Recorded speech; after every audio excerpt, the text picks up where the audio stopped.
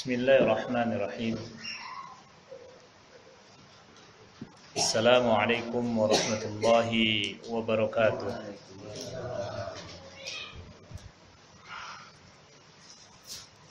Alhamdulillahi rabbil alamin. Lahul hamdul hasan wa sana'ul jamil. Wa asyhadu an la ilaha illallah wahdahu la syarika lah. Yaqulul haqqa wa huwa yahdis sabil.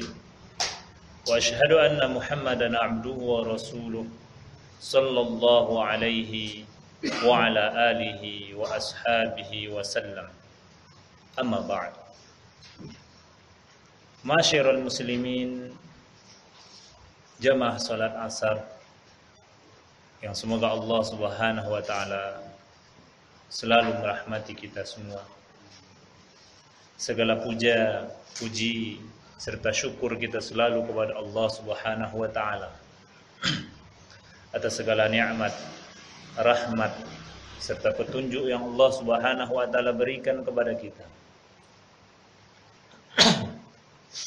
Dan di antara nikmat yang sangat besar yang Allah Subhanahu wa taala berikan kepada kita adalah Allah Subhanahu wa taala mudahkan hati kita, dan Allah Subhanahu wa taala mudahkan waktu kita dan langkah kita untuk datang ke masjid ini guna menjalankan ketaatan kita kepada Allah Subhanahu wa taala, guna menjalankan ibadah kita kepada Allah Subhanahu wa taala sebagai rasa syukur kita atas nikmat-nikmat yang telah Allah Subhanahu wa taala berikan kepada kita.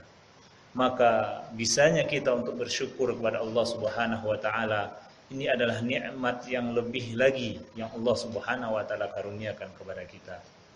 Yang mana dengan syukur ini akan mendatangkan kebaikan yang banyak. Yang mana dengan syukur ini Allah Subhanahu wa taala menambahkan kepada kita nikmat-nikmatnya yang lain. Dan dengan syukur ini Allah Subhanahu wa taala jauhkan kita dari bala, dari ujian dan cobaan yang Allah Subhanahu wa taala timpakan kepada hambanya. Allah Subhanahu wa taala berfirman, la in syakartum la azidannakum wa la in kafartum inna adzabi lasyadid. Andai kata kalian tahu, pandai untuk bersyukur kata Allah Subhanahu wa taala, maka aku akan tambahkan nikmatku kepada kalian. Akan tapi andai kata kalian kufur, mengingkari nikmat-nikmat yang telah aku berikan kepada kalian, maka ingatlah kata Allah, sesungguhnya azabku adalah syadid, azabku adalah keras. Dan alhamdulillah, setelah kita menjalankan ibadah kita, menjalankan solat kita pada sore hari ini, kita pun masih mempunyai kesempatan untuk mempelajari ilmu syar'i, mempelajari warisan yang telah diwariskan oleh para rasul. Karena para rasul mereka tidaklah mewariskan harta. Para rasul mereka tidaklah mewariskan emas dan perak, melainkan mereka mewariskan ilmu. Maka barang siapa yang mengambil warisan ini, mengambil ilmu ini, maka sesungguhnya dia telah beruntung. Maka sesungguhnya dia telah mendapatkan kebaikan yang banyak. Ma'asyiral muslimin rahimakumullah. Selanjutnya kita bersolawat kepada Rasulullah sallallahu alaihi wasallam. Ialah Rasulullah, utusan Allah Subhanahu wa taala, yang Allah Subhanahu wa taala utus beliau untuk menunjukkan kepada kita, untuk mengajarkan kita sebuah petunjuk yang datang dari Allah Subhanahu wa taala, petunjuk yang akan membawa kita kepada kebahagiaan, petunjuk yang akan membawa kita kepada keselamatan, baik di dalam kehidupan kita di dunia ini ataupun nanti ketika kita kembali kepada Allah Subhanahu wa taala. Yang mana tidak ada petunjuk yang lain selain petunjuk Rasulullah sallallahu alaihi wasallam yang dapat membawa keselamatan kita di dunia dan di akhirat. Yang mana andai kata kita tergelincir atau keluar dari petunjuk tersebut, maka celakalah kita, maka rugilah kita. Sebagaimana Rasulullah sallallahu alaihi wasallam bersabda, "Taraktukum ala mahjatil bayda, lailiha kanahariha, la yazighu anha illa halik." Sesungguhnya kalian telah aku tinggalkan, kata Rasulullah sallallahu alaihi wasallam, di atas agama yang putih, bersih, yang malamnya bagaikan siang, yang mana tidak ada lagi yang tersembunyi di dalam agama ini. Setiap kebaikan yang mengantarkan kita kepada sebuah kebahagiaan telah diajarkan oleh Rasulullah sallallahu alaihi wasallam. Setiap kebaikan yang mengantarkan kita kepada kebahagiaan di dunia dan di akhirat telah diajarkan oleh Rasulullah sallallahu alaihi wasallam. Lailiha kanahariha, yang malamnya sebagaimana siangnya, artinya seluruhnya telah jelas di dalam agama ini diajarkan oleh Rasulullah sallallahu alaihi wasallam. La yazighu anha illa halik. Tidaklah seseorang tergelincir dia, berpaling dia dari petunjuk tersebut, berbalik arah dia dari petunjuk yang telah diajarkan oleh Rasulullah sallallahu alaihi wasallam tersebut, melainkan dia akan celaka, kata Rasulullah sallallahu alaihi wasallam. Masyiral muslimin, jamaah salat asar yang semoga Allah Subhanahu wa taala senantiasa merahmati kita. Pada sore hari ini insyaallah kita akan melanjutkan kajian kita dengan bahasan kitab Ad-Da' wad Dawa yang dikarang oleh Imam Ibnul Qayyim Al-Jauziyah, yang mana kajian ini sempat terputus atau terhenti beberapa saat karena Ramadan dan Idul Fitri. Maka karena kita baru bertemu setelah Ramadan, kami ucapkan, atau setelah Idul Fitri ini kami ucapkan taqabbalallahu minna wa minkum salihal a'mal. Dan insyaallah mulai sore hari ini kita akan mencoba berusaha untuk kembali merutinkan kajian ini pada setiap sore ba'dal asar, setelah sholat asar setiap hari Ahad insyaallah taala. Andai kata Allah Subhanahu wa taala memudahkan kita untuk hal itu. Dan kita mohon kepada Allah Subhanahu wa taala agar Allah Subhanahu wa taala selalu memudahkan langkah kita, selalu memudahkan urusan kita, dan selalu memudahkan kita di dalam setiap kebaikan dalam rangka ketaatan kepada Allah Subhanahu wa taala. Masyiral muslimin, jamaah salat asar yang semoga Allah Subhanahu wa taala merahmati kita. Pada sore hari ini sampailah kita kepada pembahasan dengan judul Min Asrarid Du'a, yaitu rahasia doa, rahasia doa.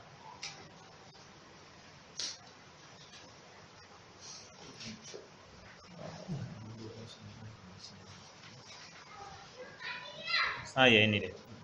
Kalau di dalam buku ini halaman, di dalam terjemahannya halaman 29.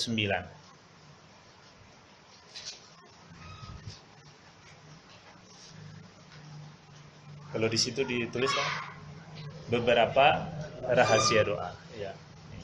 Min asrari doa, atau rahasia dari sebuah doa, atau beberapa rahasia doa. Di sini penulis menyebutkan wa kathiran ma najidu ad'iyatan da'a biha qaumun fastujiba lahum. Dan di antara bentuk-bentuk doa banyak kita dapatkan bahwasanya suatu kaum atau seseorang dia berdoa dengan doa tersebut atau dengan sebuah doa. Kita dapati banyak orang dia berdoa dengan sebuah doa, fastujiba lahum, maka Allah Subhanahu wa taala mengabulkan doanya tersebut. Wa yakunu qad iktarana bid-du'a'i daruratu sahibihi wa iqbalu 'ala Allah. Yang mana Allah Subhanahu wa taala mengabulkan doanya tersebut itu bisa saja disebabkan karena doa tersebut diiringi dengan sangat butuhnya dan bergantungnya dia kepada Allah Subhanahu wa taala. Atau dia merasa pasrah kepada Allah Subhanahu wa taala dengan doanya tersebut. Maka hatinya pun dia hadapkan dengan sepenuhnya kepada Allah Subhanahu wa taala dikala berdoa tersebut. Maka ini sebagaimana yang telah kita jelaskan sebelum-sebelumnya, bahwasanya di antara sebab diterimanya doa kita bukan hanya dengan lafaz doanya saja, melainkan kita berdoa dengan sepenuh hati kepada Allah Subhanahu wa taala, menghadapnya seluruh hati kita kepada Allah Subhanahu wa taala, dan juga banyak sebab-sebab yang lainnya. Maka bisa saja doa orang tersebut ketika dia berdoa dengan sepenuh hatinya, dia berdoa kepada Allah Subhanahu wa taala. Dikarenakan apa? Karena sangat butuhnya dia terhadap apa yang ia mohonkan kepada Allah Subhanahu wa taala, sehingga Allah Subhanahu wa taala mengabulkan doanya tersebut. Au hasanatun taqaddamat minhu ja'ala Allah Subhanahu ijabata da'watihi syukran li hasanatihi. Atau mungkin sebelum dia berdoa memohon mengadahkan tangannya kepada Allah Subhanahu wa taala, dia terlebih dahulu telah melakukan sebuah kebaikan. Baik kebaikan itu berupa ketaatan, baik kebaikan itu berupa amal soleh, baik dari kebaikan tersebut dia membantu orang lain, dan berbagai macam bentuk kebaikan. Dia dahulukan kebaikan tersebut sebelum doanya itu, sehingga Allah Subhanahu wa taala mengabulkan doanya. Untuk apa? Untuk membalas kebaikan yang telah ia lakukan. Ini juga di antara sebab doa kita diterima oleh Allah Subhanahu wa taala. Au sadapat waqta ijabatin, atau doa tersebut ketika dia berdoa kepada Allah Subhanahu wa taala bertepatan dengan waktu diterimanya doa. Artinya waktu mustajab. Sebagaimana pada penjelasan yang sebelumnya kita telah menjelaskan beberapa waktu yang dimana Allah Subhanahu wa taala menjawab doa seorang hamba. Maka hal-hal ini adalah beberapa unsur yang mengantarkan kepada diterimanya doa kita oleh Allah Subhanahu wa taala. Wa nahu dzalika fa ujibat da'watuhu, atau sebab-sebab yang lainnya yang Allah Subhanahu wa taala jadikan sebab-sebab tersebut adalah sebab-sebab diterimanya doa kita oleh Allah Subhanahu wa taala, maka doa orang itu pun diterima oleh Allah Subhanahu wa taala. Fayadhunnu dhannu anna sirra fi lafzi dzalika du'a, maka ada orang yang mengira bahwasanya rahasia diterimanya doa tersebut adalah lafaz yang dia ucapkan. Wah, dia berdoa karena pada Allah, karena dengan doa ini mungkin dia dijawab doanya. Ini orang mengira demikian. Padahal ada sebab-sebab yang menyebabkan doa tersebut dikabulkan oleh Allah Subhanahu wa taala. Fayakhudhuhu mujarradan an tilkal umur allati qaranathu min dzalika da'i. Kemudian orang tersebut yang mengira bahwasanya sebab diterima doanya tadi adalah lafaz doa tersebut saja, maka orang lain pun meniru doa tersebut, mengulangi doa yang telah diucapkan oleh orang tadi, mengira bahwasanya sebab terkabulnya doa tersebut hanya semata-mata karena lafaz doa yang dia munajatkan kepada Allah Subhanahu wa taala. Wa hadza kama idza wa hadza kama idza ista'mala rajulun dawa'an nafi'an fi waqti alladhi yanbaghi 'ala alwajhi alladhi yanbaghi. Maka harus kita ketahui bahwasanya doa tersebut seperti obat. Dahulu kita pernah menjelaskan gambarannya orang berdoa memohonkan hajatnya kepada Allah Subhanahu wa taala itu seperti orang yang sedang berobat. Yang mana seseorang ketika dia berobat adalah seperti orang yang memakai sebuah obat yang bermanfaat. Yang obat tersebut telah diuji kemujarabannya. Yang doa tersebut adalah doa yang sangat bermanfaat. Kemudian dia juga memakai obat tersebut pada waktu yang tepat.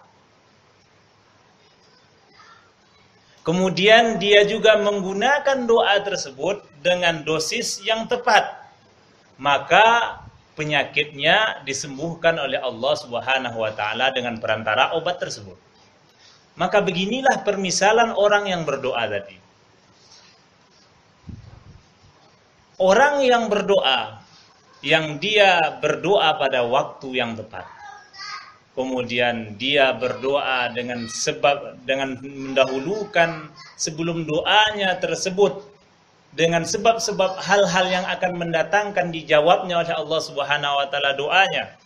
Kemudian dia menjauhi hal-hal yang menyebabkan doanya tersebut terhalang dari Allah Subhanahu wa taala, maka orang seperti ini sama dengan orang yang memakai obat tadi. Maka penyakitnya pun disembuhkan oleh Allah Subhanahu wa taala. Maka doa orang ini pun dijawab dan diterima oleh Allah Subhanahu wa taala. Sehingga doanya tersebut bermanfaat baginya. Sebagaimana orang yang sakit tadi, obat tersebut bermanfaat baginya. Fazanna ghairuhu an isti'mala hadha ad-dawa bimujarradihi kafin fi husulil matlub. Maka orang yang lain yang melihat orang yang sembuh karena obat ini, mereka mengira bahwasanya obat ini saja cukup untuk menjadi syarat dia bisa sembuh. Tidak demikian adanya. Karena kesembuhan tersebut bukan hanya semata-mata karena obat tadi. Tentunya karena orang tadi memakai dosis yang tepat. Dan dia meminum obat tersebut pada waktu yang tepat. Orang yang lain yang melihat secara zahir, maka dia mengira bahwasanya orang ini sembuh semata-mata hanya karena obat tersebut. Sebagaimana orang yang melihat orang lain berdoa dan doanya tersebut dikabulkan oleh Allah Subhanahu wa taala, maka dia mengira orang itu dikabulkan oleh Allah Subhanahu wa taala doanya hanya semata-mata karena lafaz doa yang dia ucapkan. Maka prasangka yang begini, perkiraan yang begini adalah perkiraan yang salah. Perkiraan yang tidak tepat, yang tidak benar. Fa innahu yakunu bidzalika ghalatan. Itu dia dengan prasangkanya ini adalah prasangka yang salah. Wa hadza mawdi'un yaghlatu fihi katsirun minan nas. Maka dalam perkara ini, dalam hal ini kebanyakan manusia salah sangka. Sebagaimana yang kita saksikan, banyak orang-orang dia berharap doanya dikabulkan oleh Allah Subhanahu wa taala, dia datang kepada orang-orang yang soleh. Dia katakan, ajarkan saya doa untuk ini. Ajarkan saya zikir-zikir tertentu. Tunjukkan saya kepada doa yang mustajab dan sebagainya. Meminta diajarkan. Seperti begitu. Dan ini terjadi. Dan ini ada banyak yang seperti ini. Yang orang-orang mengira doa tersebut diterima oleh Allah Subhanahu wa taala hanya semata-mata karena lafaz doanya. Akan tapi tidak demikian. Sebagaimana yang kita jelaskan pada pertemuan-pertemuan sebelumnya dan kita jelaskan pada awal tadi, bahwasanya sebab-sebab doa tersebut diterima oleh Allah Subhanahu wa taala sangatlah banyak sekali. Andai kata dia bertepatan pada sebab-sebab tersebut, maka insya Allah doa tersebut akan diterima oleh Allah Subhanahu wa taala dan dikabulkan oleh Allah Subhanahu wa taala dan tidak ditolak oleh Allah Subhanahu wa taala doa orang tersebut. Wa min hadza, dan diantaranya annahu qad yattafiqu du'a'uhu bittirarin 'inda qabrin fayustajab. Dan diantaranya juga terkadang seseorang dia berdoa di sisi kubur, akan tetapi ketika dia berdoa tersebut bertepatan dia sangat membutuhkan hajatnya kepada Allah Subhanahu wa taala, atau dia bertepatan dengan waktu di mana Allah Subhanahu wa taala menerima doanya, atau karena susahnya dia berdoa dengan sepenuh hati kepada Allah Subhanahu wa taala, kemudian dikabulkan oleh Allah Subhanahu wa taala doanya ketika dia berdoa di sisi kubur tersebut. Fayazunnul jahilu, maka orang-orang yang jahil, orang-orang yang tidak tahu apa yang menjadi sebab-sebab doa dikabulkan oleh Allah Subhanahu wa taala, mengira annas sirra lil qabri, bahwasanya rahasia diterimanya doa tersebut adalah berdoa di sisi kuburan. Yang mana berdoa di sisi kuburan ini tidak pernah ada dicontohkan oleh Rasulullah SAW.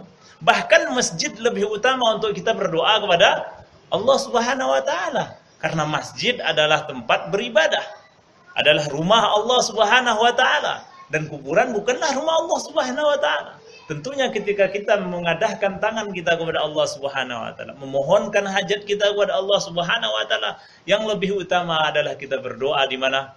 Di rumah Allah Subhanahu wa taala, tempat yang Allah Subhanahu wa taala muliakan, tempat di mana Allah Subhanahu wa taala memerintahkan kita bersujud kepada Allah Subhanahu wa taala, menyamakan kepala dengan kaki kita, tunduk kita kepada Allah Subhanahu wa taala. Maka di sini pula tempat yang lebih utama untuk kita berdoa kepada Allah Subhanahu wa taala. Maka orang-orang yang tidak tahu tentang rahasia doa ini, mereka mengira bahwasanya di kubur inilah tempat dijawabnya doa. Maka ini adalah pandangan secara zahir, yang mana pada rahasianya sebenarnya bukanlah yang zahir ini, tetapi yang rahasianya adalah sebagaimana rahasia yang telah kita jelaskan tadi, di antara sebab-sebab diterimanya doa oleh Allah Subhanahu wa taala. Walam ya'lam anna sirra littirari wasidqil lajja'i ilallah ta'ala. Dan orang-orang yang tidak tahu tadi, orang-orang yang jahil dia tentang doa-doa tadi, dia mengira, beranggapan bahwasanya rahasianya adalah di sisi kubur, dan dia tidak tahu bahwasanya rahasia doa seseorang itu terkabul dan dikabulkan oleh Allah Subhanahu wa taala adalah sangat dia butuhnya kepada Allah Subhanahu wa taala, sehingga dia tidak memberikan harapannya melainkan hanya kepada Allah Subhanahu wa taala. Ia kumpulkan hatinya, dia menengadahkan tangannya kepada Allah Subhanahu wa taala, bermohon kepada Allah Subhanahu wa taala dengan sepenuh hatinya, maka ketika itu Allah Subhanahu wa taala kabulkan doa orang tersebut. Fa iza hasala dzalika fi baitin min buyutillah kana afdala wa ahabba ila Allah. Andai kata doa tersebut yang dia berdoa dengan sepenuh hatinya, yang dia memohon kepada Allah Subhanahu wa taala dengan tulusnya tersebut, andai kata dia berdoa di rumah Allah Subhanahu wa taala, di masjid, di tempat Allah Subhanahu wa taala menjadikan kita beribadah kepada Allah Subhanahu wa taala di situ, di rumah Allah Subhanahu wa taala, maka itu adalah lebih mulia, lebih utama, dan lebih dicintai lagi oleh Allah Subhanahu wa taala doanya tersebut. Maka ini adalah diantara rahasia doa. Karena sebagaimana yang telah kita jelaskan pada pertemuan-pertemuan sebelumnya, doa tersebut bukan hanya pada lafaznya saja. Yang mana ketika kita berdoa kepada Allah Subhanahu wa taala, ibarat kita yang sangat membutuhkan pertolongan kepada orang kepada yang maha kuasa. Karena kita yakin bahwasanya tidak ada yang bisa memenuhi kebutuhan kita itu. harapan kita tersebut melainkan Allah Subhanahu wa taala. Maka kita harus sepenuhnya menghadapkan hati kita kepada Allah Subhanahu wa taala ketika berdoa, bersungguh-sungguh di dalam doa tersebut, karena Allah Subhanahu wa taala tidak menyukai doa dari hati orang yang lalai. Ibarat orang yang dia meminta kepada orang lain akan tapi dia sambil memalingkan wajahnya, atau dia meminta kepada orang lain sambil dia tidak, seakan-akan dia tidak mempunyai harapan yang benar terhadap apa yang dia inginkan tersebut. Antara kita sesama manusia saja, ketika seseorang meminta kepada kita sesuatu sambil memalingkan wajahnya, atau dia seakan-akan tidak butuh terhadap apa yang dia katakan kepada kita, apakah kita akan memberinya? Tentunya ragu untuk memberikannya. Lalu bagaimana kita harus berdoa kepada Allah Subhanahu wa taala? Allah Subhanahu wa taala zat yang maha sempurna.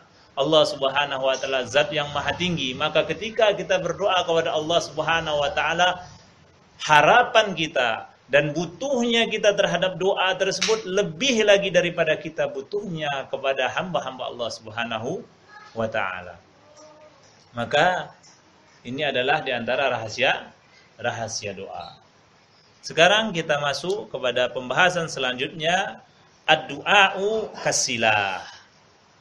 Doa itu seperti senjata, ibarat pedang atau apalah sejenisnya yang biasa senjata digunakan oleh orang lain ketika dia berperang. Maka doa itu seperti senjata. Di sini penulis mengatakan wal ad'iyatu wa ta'awudzat bimanzilatis silah. Doa-doa yang kita mohonkan kepada Allah Subhanahu wa taala dan perlindungan kita yang kita ucapkan, kita berlindung kepada Allah Subhanahu wa taala, atau harapan-harapan kita kepada Allah Subhanahu wa taala yang kita harapkan tersebut, itu ibarat sebuah senjata. Wasilahu bidaribihi la bihaddihi faqat. Yang mana senjata itu akan berguna di tangan orang yang bisa menggunakannya. Bukan hanya karena tajamnya senjata itu saja. Kita mempunyai pedang yang tajam, akan tapi kita tidak tahu cara menggunakannya. Apakah pedang tersebut bisa bermanfaat? Tentunya tidak. Maka senjata tersebut akan berguna dia, bermanfaat dia di tangan orang yang bisa menggunakannya. Begitu pula lah doa tadi.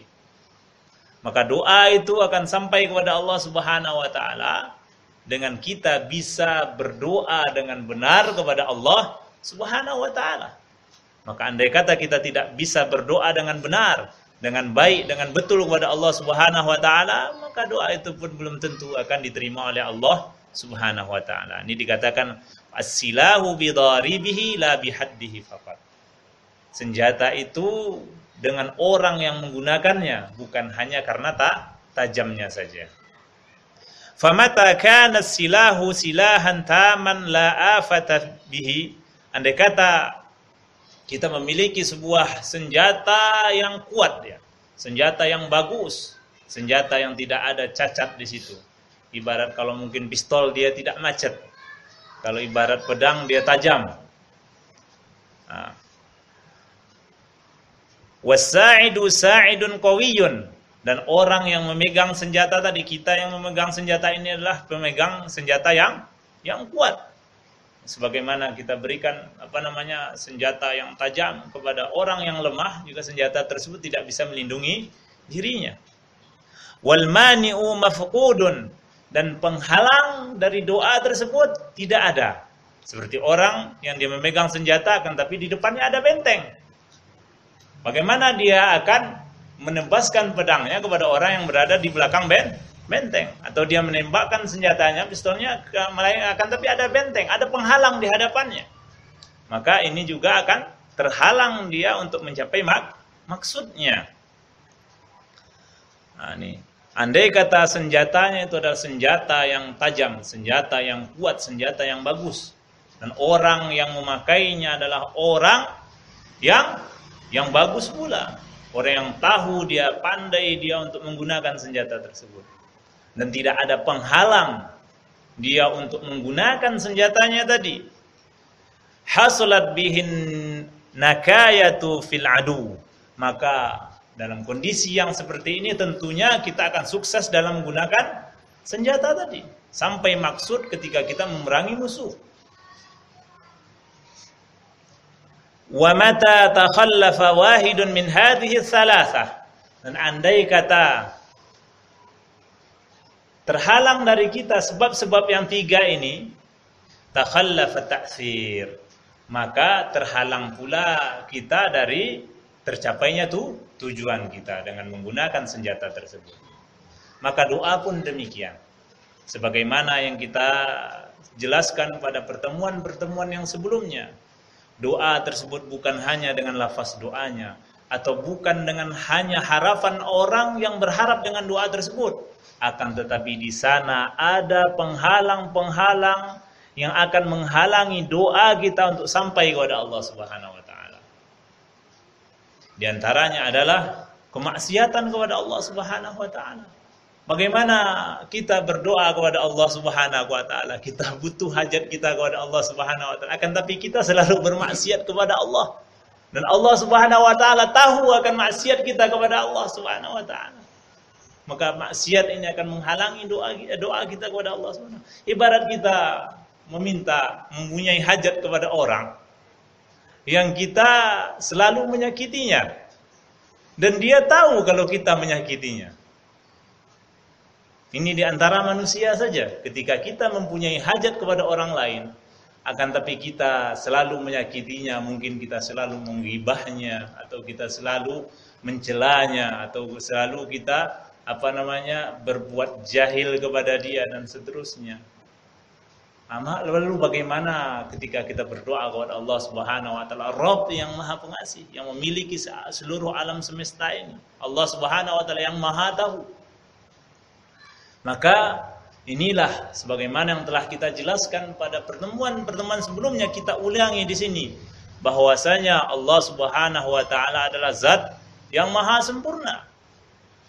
Dan Allah Subhanahu wa taala adalah zat yang maha baik. Dan Allah Subhanahu wa taala tidaklah menerima melainkan dari yang baik-baik saja. Maka di dalam hadis tersebut dijelaskan oleh Rasulullah SAW tentang seorang laki-laki yang dia di dalam keadaan susah, di dalam keadaan menempuh sebuah perjalanan, kusut mukanya, kusam dia, susah dia, berat dia. Yang mana kondisi yang seperti ini harusnya orang tersebut doanya dikabulkan oleh Allah Subhanahu wa taala. Di dalam hadis tersebut sebagaimana yang kita ada hadisnya dinukilkan dalam kitab ini pada pertemuan sebelumnya. Yang mana andai kata orang ketika dia meminta kepada Allah Subhanahu wa taala dengan keadaan yang seperti ini, keadaan susah ini, harusnya doanya dikabulkan oleh Allah Subhanahu wa taala. Kemudian orang tersebut dia berdoa kepada Allah Subhanahu wa taala, "Ya Rabb, ya Rabb, ya Rabb."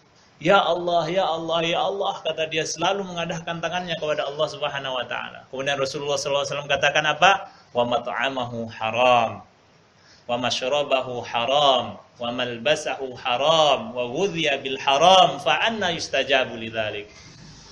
Sedangkan dia makan adalah makanan yang diharamkan oleh Allah. Dia minum dari minuman yang diharamkan oleh Allah. Dan dia pakai dengan pakaian yang diharamkan oleh Allah, atau dari hasil yang diharamkan oleh Allah. Lalu dari sisi mana Allah Subhanahu wa taala akan menerima doanya? Ini adalah salah satu di antara mani'. Mani' itu adalah penghalang dari sebab doa kita diterima oleh Allah Subhanahu wa taala. Maka andai kata kita menginginkan mengadahkan tangan kita kepada Allah Subhanahu wa taala, maka kita harus menjauhi penghalang-penghalang yang akan menghalangkan atau menghalangi doa kita untuk sampai kepada Allah Subhanahu wa taala, yang menghalangi doa kita dari dijawab atau diterima oleh Allah Subhanahu wa taala. Masyiral muslimin rahimakumullah. Maka ini adalah di antara rahasianya doa, dan doa tersebut juga dia ibarat sebuah pedang. Pedang tersebut harus digunakan oleh orang yang menggunakannya juga harus mahir Dan juga andai kata kita ingin tujuan kita tersebut akan tercapai, juga harus kita menjauhi penghalang-penghalang yang menghalangi kita dari tujuan tersebut. Kemudian bahasan selanjutnya ini bahasannya cukup panjang. Kami takut tidak cukup waktunya. Ini bahasan selanjutnya ini sangat panjang. Baina doa wal qadar. Ini antara doa dan takdir. Dan ini kalau kita membahasnya tidak bisa kita membahasnya separuh, sebab ini berhubungan dengan masalah takdir. Kadang-kadang dalam masalah ini juga ulama mengatakan kita tidak boleh berlarut-larut di dalam masalah takdir ketika kita membahasnya. Kita harus membahasnya dengan tepat. Dan juga kita tidak boleh karena banyak orang yang tergelincir dengan masalah takdir ini, seperti orang-orang Qadariyah yang dia mengatakan semuanya itu adalah hasil dari apa yang kita lakukan, tidak ada urusannya dengan Allah. Ini juga kadang-kadang salah dalam masalah takdir. Atau dari sisi lain orang Murji'ah, orang yang menganggap semuanya itu sudah ditetapkan oleh Allah Subhanahu wa taala dan kita tidak usah lagi berusaha. Nah, ini juga tergelincir dalam masalah takdir. Maka di dalam masalah takdir ini, qada dan qadar ini kita harus berjalan dengan tepat ketika kita membahasnya. Karena banyak orang-orang yang tergelincir di dalam masalah takdir ini. Maka ketika kita membahas ini baina doa wa takdir wal qadar, ini antara doa dengan takdir dan qadar atau ketetapan Allah Subhanahu wa taala dan takdir Allah Subhanahu wa taala, ini harus kita bahas satu pembahasan, dan ini harus bahasanya harus sampai selesai. Maka kami kira kalau kita bahas ini dia cukup panjang. Di situ berapa halaman, Pak? 12 halaman. Oh ya, cukup panjang. Atau nanti bahasannya lebih baiknya nanti untuk masalah ini nanti silahkan dibaca dulu, baru nanti kita bahas pada pertemuan yang akan datang. Insyaallah. Adapun bahasan setelahnya ini tentang auham fid du'a. Ini juga cukup panjang, mungkin satu-satu pembahasan. Baik, itu kita lanjutkan kepada ini aja, pertanyaan. Karena ini pembahasannya cukup panjang, kita lanjutkan kepada pertanyaan dulu aja.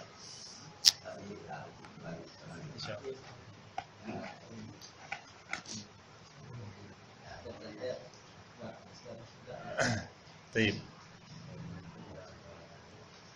Assalamualaikum.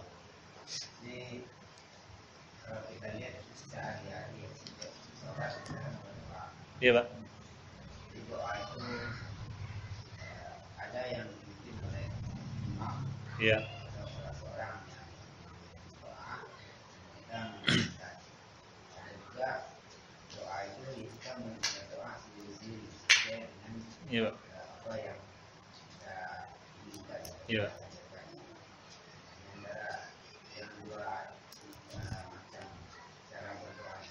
Iya. Iya.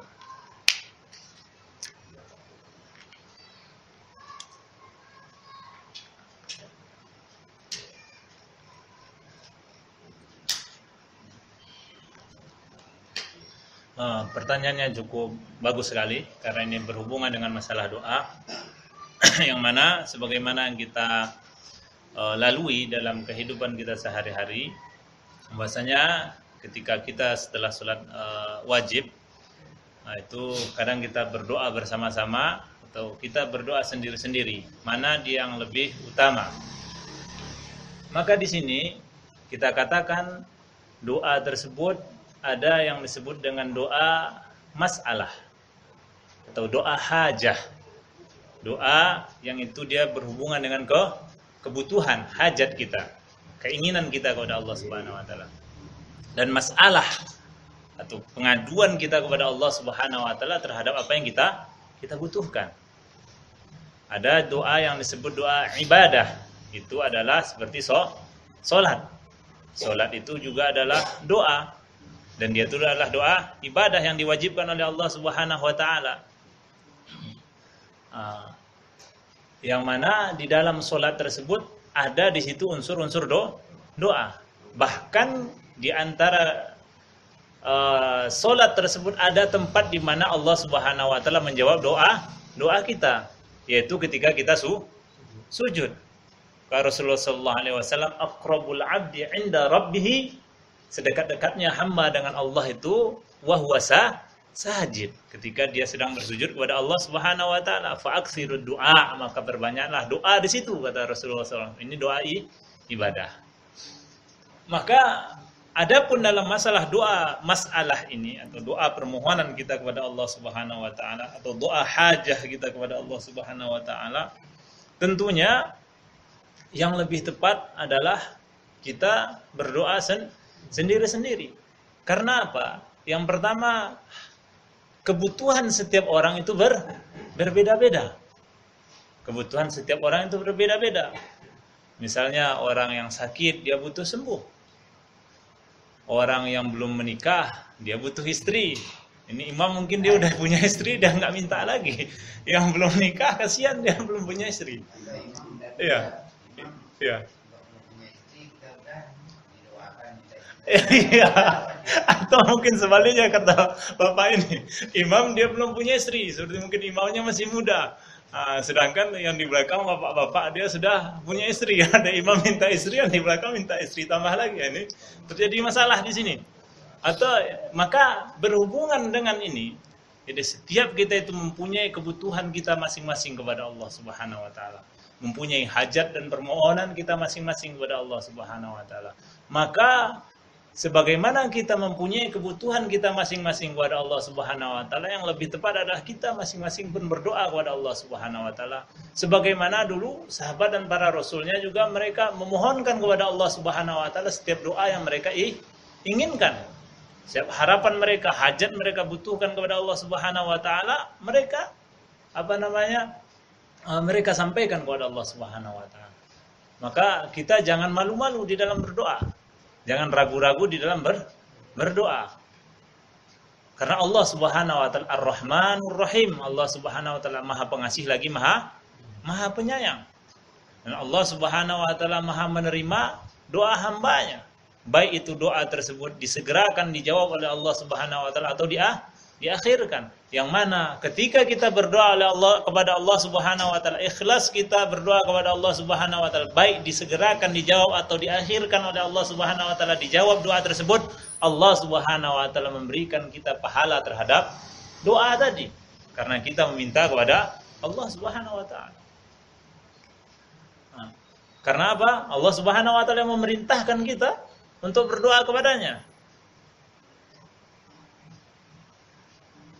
Rasulullah SAW bersabda, wa idza sa'alta fas'alillah wa idza ista'anta fasta'in billah. Andai kata engkau berdoa, meminta, maka mintalah kepada Allah Subhanahu wa taala.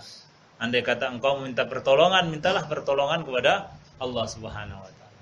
Maka yang lebih tepat, yang lebih utama ketika kita menginginkan untuk berdoa kepada Allah Subhanahu wa taala, maka kita harus berdoa ya dengan sendiri. Karena apa?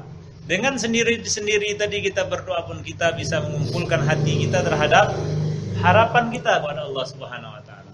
Dan kita bisa memilih waktu di mana Allah Subhanahu wa taala menjawab doa tersebut, karena banyak waktu-waktu mustajab. Seperti ketika sujud, ketika sepertiga malam terakhir, suatu waktu pada hari Jumat. Dan setiap kita selesai mengerjakan ketaatan kepada Allah Subhanahu wa taala, baik ketika kita selesai bersedekah, baik ketika kita selesai membantu orang lain, baik ketika kita selesai sholat malam atau selesai sholat sunat, atau ketika selesai puasa. Karena ingat, ketika kita melakukan puasa, jangan ketika kita berbuka tersebut disibukkan oleh perbukaan saja. Nah, ini kadang-kadang kita lalai di sini. Ketika berpuasa, baik itu puasa sunat atau puasa puasa wajib. Maka ketika berbuka itu maka sempatkanlah berdoa kepada Allah Subhanahu wa taala. Karena waktu di mana kita berbuka tersebut itu adalah salah satu waktu mustajab, di mana doa kita dijawab oleh Allah Subhanahu wa taala. Maka ini Pak jawabannya, bahwasanya yang lebih tepat itu ketika kita mendoakan doa hajah kita, kebutuhan kita, masalah kita, keinginan kita kepada Allah Subhanahu wa taala, kita doakan secara sendiri karena kita yang paling tahu terhadap kebutuhan kita masing-masing, dan kita bisa mengkondisikan kapan kita untuk berdoa tersebut. Ya. Apakah dia bisa mengangkat tangan? Ya. Mana lebih baik ucapkan dengan lisan atau dalam hati? Baik. Dalam masalah doa ini, di sini ada dua, seperti yang kita katakan, doa ibadah dan doa masalah. Tadi kita kembalikan ke sana. Adapun doa ibadah, maka ini kita tidak diharuskan mengangkat tangan di situ. Seperti kita berzikir. Misalnya doa-doa yang dia itu ada zikir-zikir yang isinya itu lafaznya seperti doa. Banyak sekali. Ketika kita masuk ke masjid, kita tidak mengangkat tangan karena ini adalah zikir, doa zikir. Keluar masjid kita tidak mengangkat tangan karena ini adalah doa zikir. Atau ketika setelah azan, kecuali kita setelah azan tersebut mendoakan hajah kita kepada Allah Subhanahu wa taala, kita angkat tangan. Tapi hanya sekedar membaca doa setelah azan saja itu bukan doa ya hajah, tapi itu adalah zikir setelah azan. Maka ini tidak diharuskan kita mengangkat tangan di situ. Yang mana kita mengangkat tangan di sini adalah ketika kita berdoa menginginkan hajah kita kepada Allah Subhanahu wa taala, kebutuhan kita, harapan kita kepada Allah Subhanahu wa taala. Sebagaimana kita memohon, ada mohon dengan mengangkat kedua tangan kita. Istilahnya kalau di Sumatera itu orang mengatakan 11 dengan kepala. Ketika kita sabaleh jo kepala, itu kalau orang mengatakan 11 dengan kepala itu Pak, ini kan 10 jari, kepala udah berserah sudah. Nggak ada lagi harapan, hanya kepada orang yang kita berserah tersebut, kepada Allah Subhanahu wa taala. Nah, ini juga dicontohkan oleh Rasulullah SAW. Rasulullah SAW ketika perang Badar itu di mana kaum musyrikin tentunya jumlahnya lebih banyak dari kaum muslimin dengan persenjataan yang lengkap. Kaum muslimin nggak sampai kekuatannya cuma sepertiga kekuatan kaum musyrikin. Nah, ketika itu Rasulullah SAW mengangkat tangannya kepada Allah Subhanahu wa taala sehingga jatuh ininya apa namanya? Rida itu. Kainnya seperti sorban atau kainnya seperti itu, selendang atau kain itu. Saking butuh hajahnya kepada Allah Subhanahu wa taala. Karena apa? Karena secara zahirnya kalau kita lemah melawan orang kuat itu secara zahirnya tidak akan mungkin kita menang. Melainkan atas pertolongan Allah Subhanahu wa taala. Ibarat kali-kali ini dikali-kalikan, ini kalkulasinya udah kalah ini. Akan tetapi dengan pertolongan Allah Subhanahu wa taala semuanya akan berubah. Semuanya akan berubah karena Allah Subhanahu wa taala yang Maha Kuasa. Tidak ada orang yang bisa menandingi kekuasaan Allah Subhanahu wa taala. Karena Allah Subhanahu wa taala yang menciptakan semuanya. Allah Subhanahu wa taala yang kekuasaan ada di tangannya. Dan ini terjadi di banyak peperangan kaum muslimin. Perang Qadisiyah itu 20.000 melawan 120.000. Mereka musuh-musuh kaum muslimin itu pasukan bergajah. Berperang siang malam, jadi ganti-gantian. Ini maju ke depan udah capek, pulang lagi ke belakang ganti nih. Siang malam berhari-hari. Begitu perjuangan. Tapi Allah Subhanahu wa taala menang. Dan juga sahabat-sahabat nanti ada keterangannya di sini yang mana nanti di dalam masalah antara pembahasan sebelumnya tentang bainad du'a wal qadar, ini juga dijelaskan bagaimana sahabat-sahabat dia berdoa kepada Allah Subhanahu wa taala. Maka ada contohnya dari Rasulullah SAW bahwasanya ketika kita bermohon kepada Allah Subhanahu wa taala membutuhkan hajat kita angkat tangan kita. Dan hadis-hadis tentang Rasulullah SAW mengangkat tangannya tersebut di dalam berdoa ini, hadis-hadisnya semuanya rata-rata adalah banyak hadis yang sahih. karena hadis yang sahih ini banyak riwayatnya, maka dia mendekati hadis yang mutawatir. Jadi hadis ini ada derajat yang mutawatir, ada yang ahad. Nah, maka ketika hadis-hadis yang sahih ini banyak terkumpul riwayatnya, dia ini mendekati mutawatir. Yang mana mutawatir itu artinya tidak dikeragui lagi kebenaran apa yang dilakukan oleh Rasulullah SAW. Maka ini sudah pasti dan sudah benar. Seperti Al-Quran. Al-Quran mutawatir. Artinya tidak ada di dalam Al-Quran itu satu pun perkataan Rasulullah, melainkan perkataan Allah Subhanahu Wa Taala. Jangankan satu kata, satu huruf saja tidak. Nah, ini mutawatirnya Quran, bahwasanya itu adalah firman Allah Subhanahu Wa Taala. Begitu juga hadis-hadis yang menjelaskan tentang Rasulullah SAW mengadahkan tangan ketika berdoa kepada Allah Subhanahu Wa Taala, ini juga mendekati mutawatir. Karena banyak riwayat, karena Rasulullah SAW banyak berdoa. Rasulullah SAW banyak berdoa, maka disaksikan oleh para sahabat seperti itu. Maka ini ketika doanya tersebut, kita ulangi, doanya tersebut adalah zikir, maka ini kita tidak perlu untuk mengangkat tangan. Adapun doanya tersebut adalah doa hajat kita, kebutuhan kita kepada Allah Subhanahu Wa Taala, kita angkat tangan. Seperti itu. Iya. Diucapkan. Iya. Iya, tanda keseriusan. Iya, istilahnya berdoanya tidak harus keras-keras, Pak. Karena Allah SWT ya sir, tapi kita ucapkan karena kita kita ucapkan karena kita butuh hajat kita kepada Allah. Enggak masalah, Pak. Jadi kita dalam berdoa kepada Allah ini artinya kecuali di tempat yang tidak layak untuk memohon kepada Allah Subhanahu Wa Taala, seperti di WC atau di tempat-tempat yang kotor, tidak.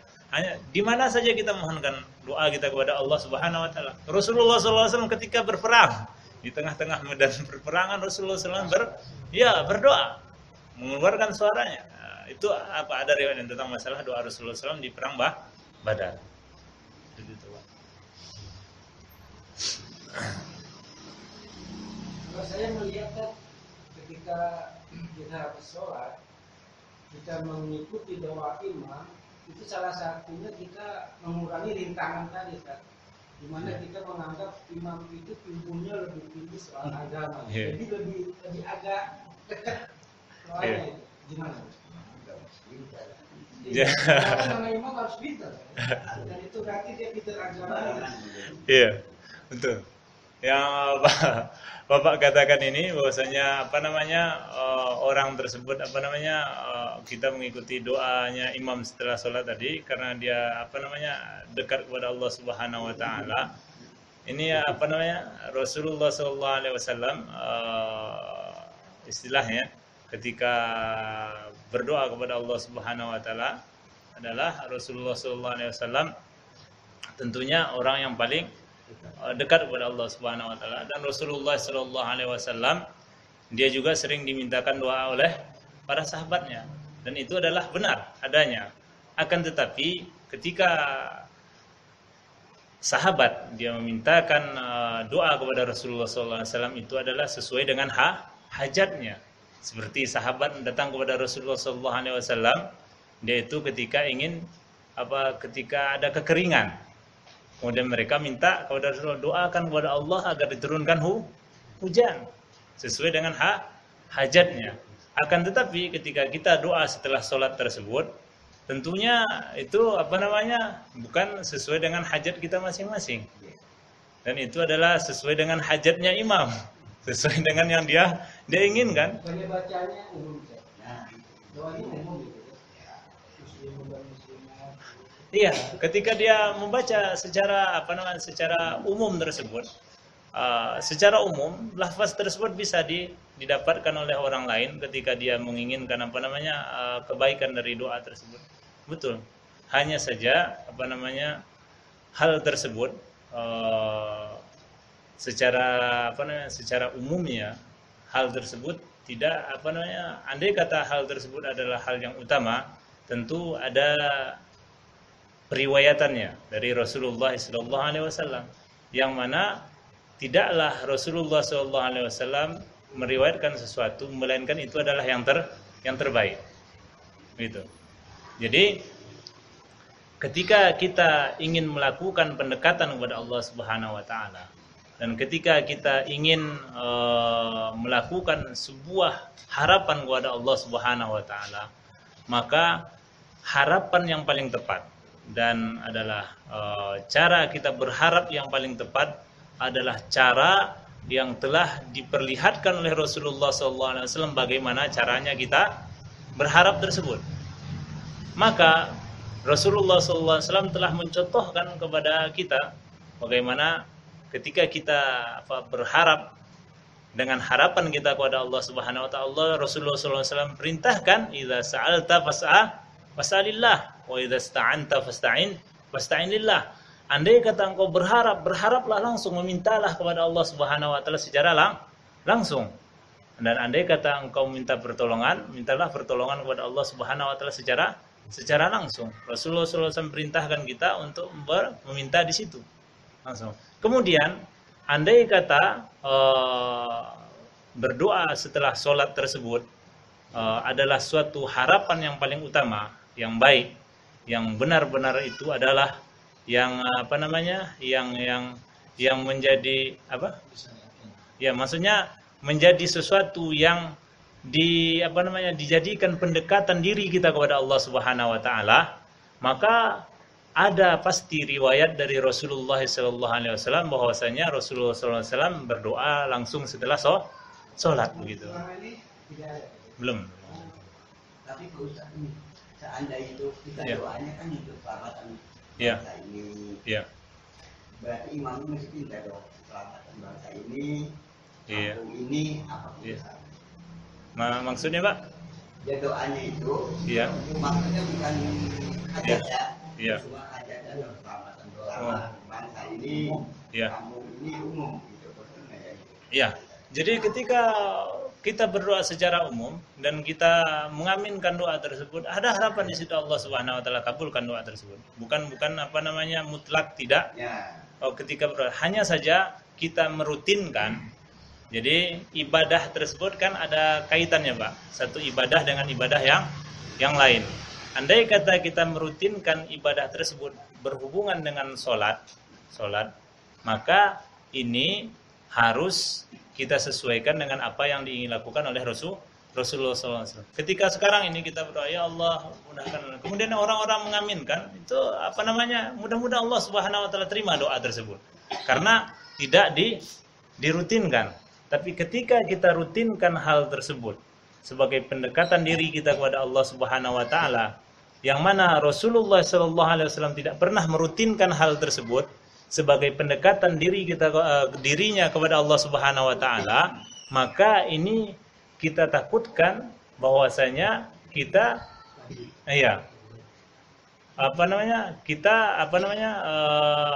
melebihkan diri kita dari apa yang telah dilakukan oleh Rasulullah SAW. Maka ini yang harus kita hati-hati di sini. Iya, harus pintar-pintar di sini. Karena apa? Kaidahnya bahwasanya Allah Subhanahu wa taala menciptakan kita dan Allah Subhanahu wa taala menginginkan dari kita untuk apa? Untuk beribadah kepada Allah Subhanahu wa taala. Dan ibadah itu banyak macamnya. Allah Subhanahu wa taala berfirman, "Wa ma khalaqtul jinna wal insa illa liya'budun." Tidaklah aku ciptakan jin dan manusia melainkan untuk beribadah kepadaku. Kemudian setelah Allah Subhanahu wa taala menciptakan kita untuk beribadah kepada Allah Subhanahu wa taala, menjalankan ketaatan kita kepada Allah Subhanahu wa taala, Allah Subhanahu wa taala tidak biarkan kita beribadah sesuai dengan apa yang kita inginkan. Akan tapi Allah Subhanahu wa taala inginkan kita beribadah sesuai dengan Allah Subhanahu wa taala inginkan. Andai kata Allah Subhanahu wa taala membebaskan kita untuk beribadah kepada Allah Subhanahu wa taala sesuai dengan yang kita inginkan, maka semua agama telah benar. Kenapa? Karena maksud dari semua agama itu adalah menyembah Tuhan.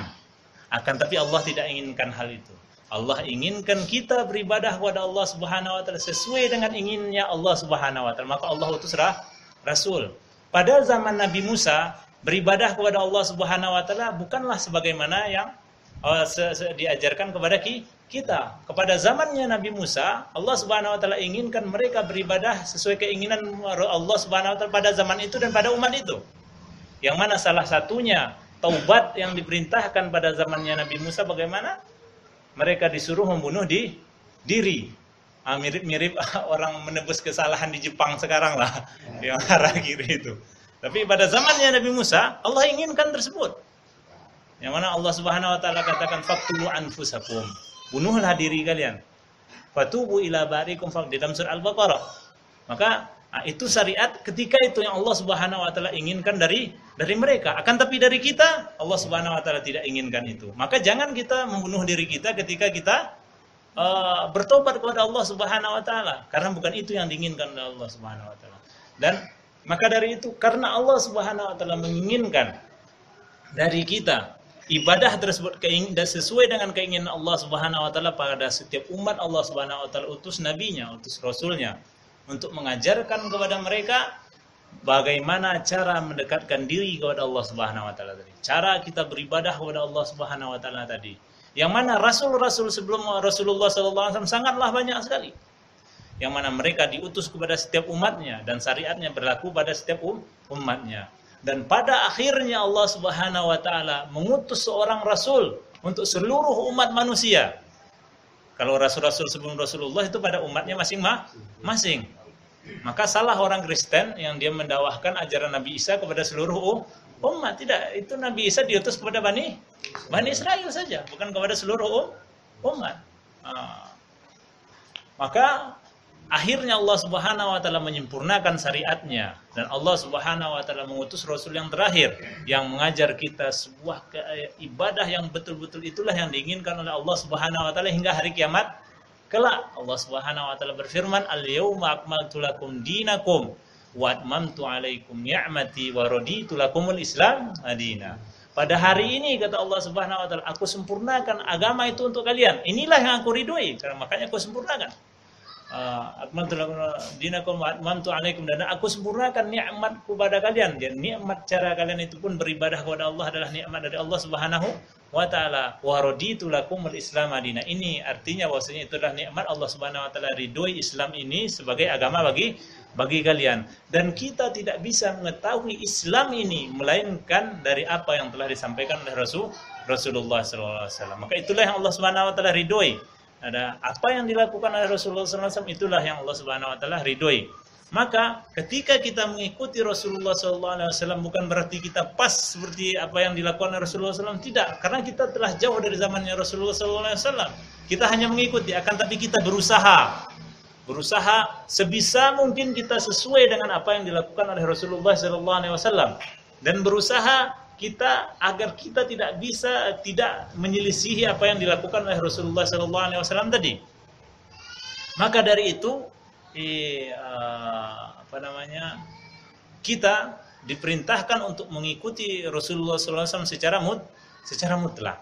Maka inilah yang selalu kita usahakan. Walaupun kadang bagaimanapun juga bisa saja harapan seseorang diterima oleh Allah Subhanahu wa taala, ibadah seseorang bisa diterima oleh Allah Subhanahu wa taala. Akan tetapi ketika orang tersebut dia berjalan sesuai dengan apa yang dilakukan oleh Rasulullah SAW, maka ini yang lebih tepat. Maka ini yang harus kita usahakan semua. Bisa saja seseorang dia melakukan bentuk peribadatan dia kepada Allah Subhanahu wa taala karena dia jahil, dia tidak tahu bagaimana dia harus beribadah kepada Allah Subhanahu wa taala karena kurangnya ilmunya. Bisa saja, mungkin saja bisa Allah terima, mungkin saja tidak, karena bukan begitu yang diinginkan oleh Allah Subhanahu wa taala. Bisa diterima, bisa tidak, karena bisa saja diterima karena dia ada keikhlasannya di situ, ingin mentaati Allah. Akan tapi bisa saja tidak diterima amal tersebut karena tidak sesuai dengan yang diinginkan oleh Allah Subhanahu wa taala. Makanya Rasulullah SAW mengatakan, yang hadis yang diriwayatkan oleh Aisyah radhiyallahu taala anha, dia mengatakan, man amila amalan laisa alaihi amruna fahuwa raddun. Barang siapa yang mengamalkan suatu amalan yang tidak pernah kami tunjukkan, kami ajarkan, kata Rasulullah SAW, maka amalan tersebut akan ditolak oleh Allah Subhanahu wa taala. Kenapa ditolak oleh Allah Subhanahu wa taala? Karena bukan begitu yang diinginkan oleh Allah Subhanahu wa taala. Karena yang diinginkan oleh Allah Subhanahu wa taala adalah bagaimana yang diajarkan oleh Rasulullah sallallahu alaihi wasallam. Nah, maka dari sini bukan berarti kita tidak melakukan itu, tidak, akan tapi kita berusaha sedekat mungkin ya menyesuaikan setiap apa yang kita lakukan tadi ya sesuai dengan apa yang dilakukan oleh Rasulullah SAW. Maka disinilah butuhnya kita menuntut ilmu tadi. Semakin sesuai dengan apa yang kita lakukan tadi dengan apa yang dilakukan oleh Rasulullah, maka semakin benarlah apa yang kita lakukan, semakin mendekati kepada apa yang diterima oleh Allah Subhanahu wa taala. Makanya Allah Subhanahu wa taala mengatakan, "Alladzi khalaqal mauta wal hayata liyabluwakum ayyukum ahsanu amala." Sesungguhnya Allah Subhanahu wa taala yang menciptakan kehidupan dan kematian untuk menguji kalian, siapa di antara kalian yang paling baik amalnya, bukan paling banyak. Nilai baik atau tidak baiknya sebuah amal itu dikatakan oleh Fudail bin Iyad, seorang tabi'in. Dia katakan itu akhlasahu. Amal tersebut adalah amal yang paling ikhlas. Karena amal yang tidak ikhlas tidak akan diterima oleh Allah Subhanahu wa taala. Walau bagaimanapun banyaknya, walaupun kita menginfakkan satu kontainer emas yang tidak bisa orang menginfakkan sejumlah itu, akan tapi hanya karena ria dan hanya karena berharap dipuji oleh orang lain dan hanya berharap agar disanjung oleh orang lain, agar mengharap jabatan dan sebagainya, maka tidak akan pernah diterima oleh Allah Subhanahu wa taala amal tersebut. Ini yang pertama, akhlasahu. Yang kedua adalah kata tabi'in ini, Qadi bin Iyad, dia mengatakan bahwasanya dia itu aswabahu. Yang kedua itu adalah yang paling benar, yaitu paling cocok dengan apa yang dilakukan oleh Rasulullah sallallahu alaihi wasallam. Maka disinilah kita harus berusaha untuk selalu melakukan ibadah kita sedekat mungkin, sebisa mungkin sebagaimana yang dilakukan oleh Rasulullah sallallahu alaihi wasallam. Disinilah kita belajar tadi. Bukan berarti kita katakan ini tidak langsung kita katakan demikian. Bisa saja hal tersebut diterima oleh Allah Subhanahu wa taala, akan tapi tidak begitu yang diharapkan oleh Allah Subhanahu wa taala. Andai kata kita tahu mana yang lebih diharapkan oleh Allah Subhanahu wa taala, mana yang lebih diinginkan oleh Allah Subhanahu wa taala, dan mana yang tidak diinginkan oleh Allah Subhanahu wa taala, apakah kita mendahulukan apa yang diinginkan oleh Allah Subhanahu wa taala ataukah yang tidak diinginkan oleh Allah Subhanahu wa taala? Seperti itu, Pak. Jadi ketika kita mendahulukan apa yang diinginkan oleh Allah Subhanahu wa taala dan Rasulullah sallallahu alaihi wasallam melakukannya demikian, maka kita usahakan. Kita usahakan. Jadi kita dituntut kepada kita untuk merutinkan terhadap apa yang dirutinkan oleh Rasulullah sallallahu alaihi wasallam. Di sini, bukan hanya sekedar terwujud atau tidak terwujudnya harapan kita. Tidak. Memang di dalam doa kita kepada Allah Subhanahu wa taala ini tentu ada harapan di sana, bahwasanya doa tersebut diterima oleh Allah Subhanahu wa taala. Akan tetapi jalan untuk sebab diterima oleh Allah Subhanahu wa taala doa tersebut diantaranya adalah sebagaimana Rasulullah SAW berdoa, seperti itu pula lah kita berdoa. Itu Pak ini ya, gambarannya. Jadi begitu. Ya. Jadi tersebut itu masalah rutin berdoa. Ya. Itu apakah dibolehkan kita berdoa rutin itu terus dilakukan setiap sholat setelah sholat? Ya. Misalnya kita mohon ampunan kepada Allah karena kedua orang tua kita, apakah boleh di setiap saat kita mendoakan? Iya. Jadi di dalam doa hajah ini dibolehkan kita berdoa kepada Allah Subhanahu wa taala terhadap apapun yang kita sebanyak-banyaknya. Kalaulah kita tidak punya harapan lain melainkan kita berharap bahwasanya untuk diampunkan doa kita dan doa agar seorang tua kita. Kita tidak tahu apakah seorang tua kita diampunkan. Iya, betul. Terus kita minta gitu. Betul, harus kita. Yang mana yang kadang kan orang kan tentang masalah berbakti kepada orang tua ini, orang di sini kadang mau ngambil setengah. Bagaimana itu? Orang menganggap bahwasanya bakti kepada orang tua itu hanya ketika dia hidup. Ketika orang tua meninggal sudah lepas bakti. Tidak. Bakti kita kepada orang tua kita bukan selama orang tua kita hidup, akan tapi selama kita hidup. Itu bakti kita kepada orang tua. Walaupun kedua orang kita telah meninggal, kita wajib diperintahkan bagi kita untuk berbakti kepada kedua orang tua kita. Di antara bakti kita kepada orang tua kita adalah kita selalu mendoakan mereka. Selalu setiap saat kita mendoakan mereka, sebagaimana yang disebutkan di dalam hadis yang sahih. Rasulullah SAW bersabda, "Idza mata ibnu Adam, in qata 'amaluhu min illa min thalathin." Andai kata seorang anak Adam telah meninggal dunia, maka terputuslah ke semua amalnya kecuali terhadap 3 perkara. Sodako min illa min sodakotin jariyah, atau dengan sedekah jariyah, yang sedekah yang dia berikan ya seperti membangun masjid dan sebagainya, itu ya itu waktu hidupnya. Au ilmin yuntafa'u bihi, atau ilmu yang bermanfaat, yang selalu bermanfaat bagi orang lain, termasuk di sini ilmu agama dan ilmu-ilmu yang lain yang bisa mendatangkan kebaikan kepada orang lain, andai kata diniatkan karena Allah Subhanahu wa taala. Yang terakhir apa dia katakan? Wa waladun shalihun yad'u lahu. Ingat, orang yang tidak pernah mendoakan orang tuanya berarti bukan orang yang soleh. Karena dikaitkan di sini oleh Rasulullah SAW, wa waladun shalihun yad'u lahu. Artinya seseorang itu buktinya dia adalah seorang yang soleh. Dia mendoakan kedua orang tuanya. Iya, Pak.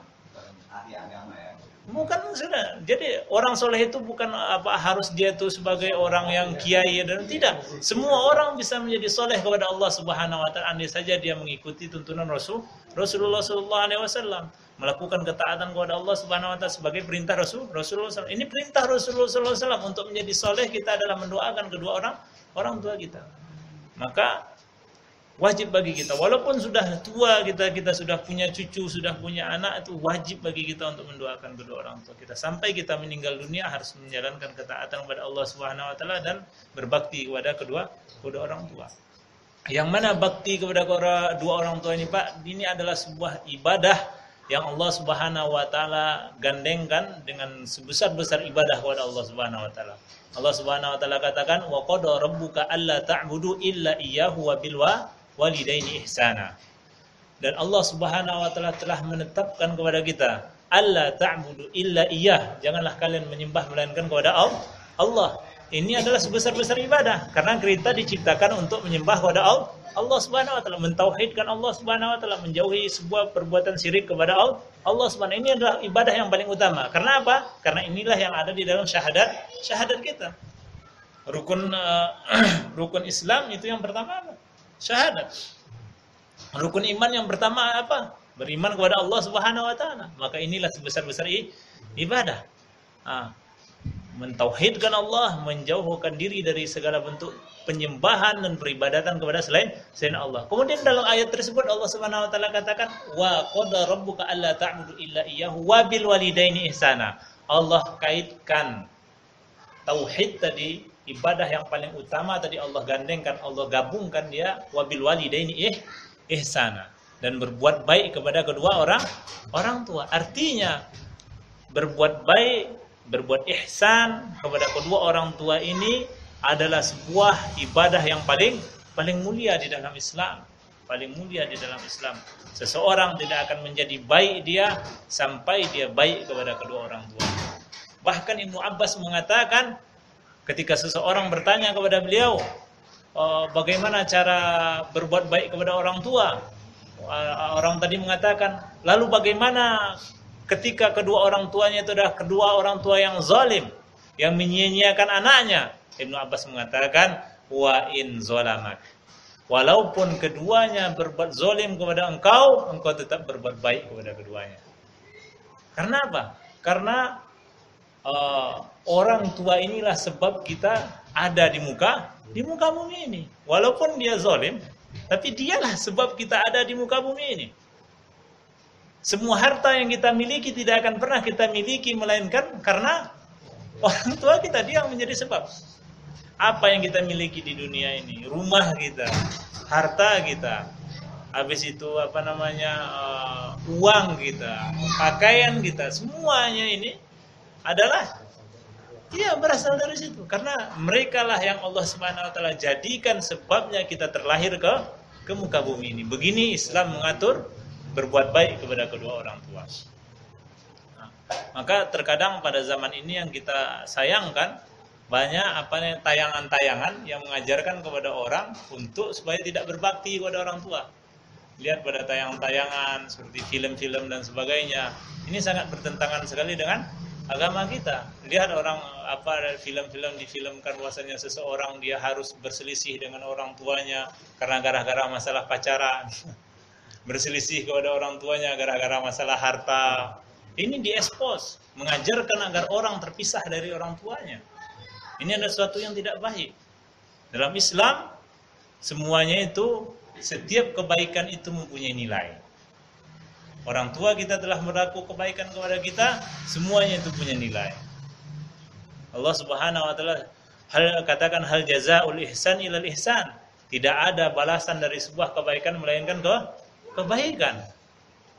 Seperti itu, Pak. Jadi Islam mengajarkan kita untuk tahu bakti kepada orang lain yang telah berbuat baik kepada kita. Dan sebaik-baik orang yang telah berbuat baik kepada kita adalah Rasulullah SAW. Karena Rasulullah SAW menunjukkan kepada kita sebuah jalan yang akan menyelamatkan kita di akhirat kelak, di dalam kehidupan yang kekal, di dalam kehidupan yang kita tidak akan mati lagi setelah itu. Orang memberikan kebaikan kepada kita di dunia, yang kebaikan tersebut terputus setelah hilangnya kebaikan tersebut. Seperti orang memberikan kita uang, kebaikannya hilang sewaktu dengan uang tersebut habis. Orang memberi kita mungkin kebaikan berupa pakaian, kebaikannya itu hilang sebagaimana pakaian itu penuh usang. Orang tua kita menjadi sebab kita ada di dunia ini, kebaikannya tersebut mungkin terputus dengan matinya kita dan seterusnya.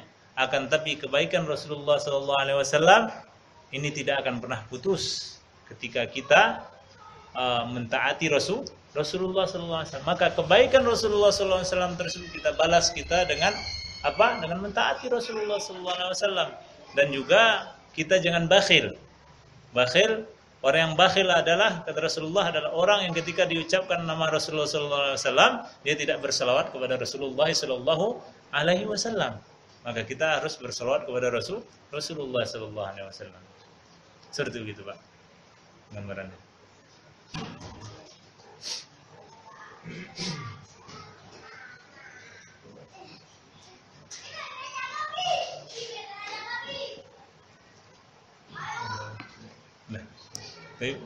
Karena ini sudah sampai jam 5, maka kita cukupkan sekian.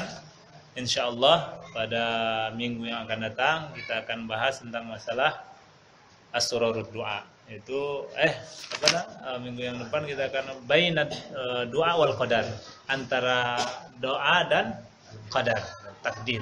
Ini ada pembahasan yang harus kita bahas dengan baik sehingga kita tidak tergelincir dalam masalah takdir. Mungkin kita cukupkan sekian.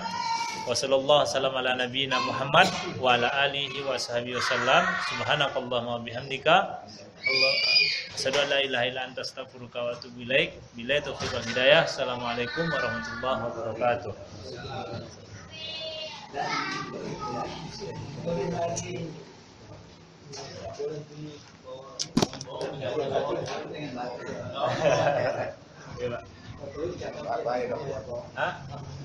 Alhamdulillah lah. Kurang gaya. Kalau tinggal sini, kalau baca.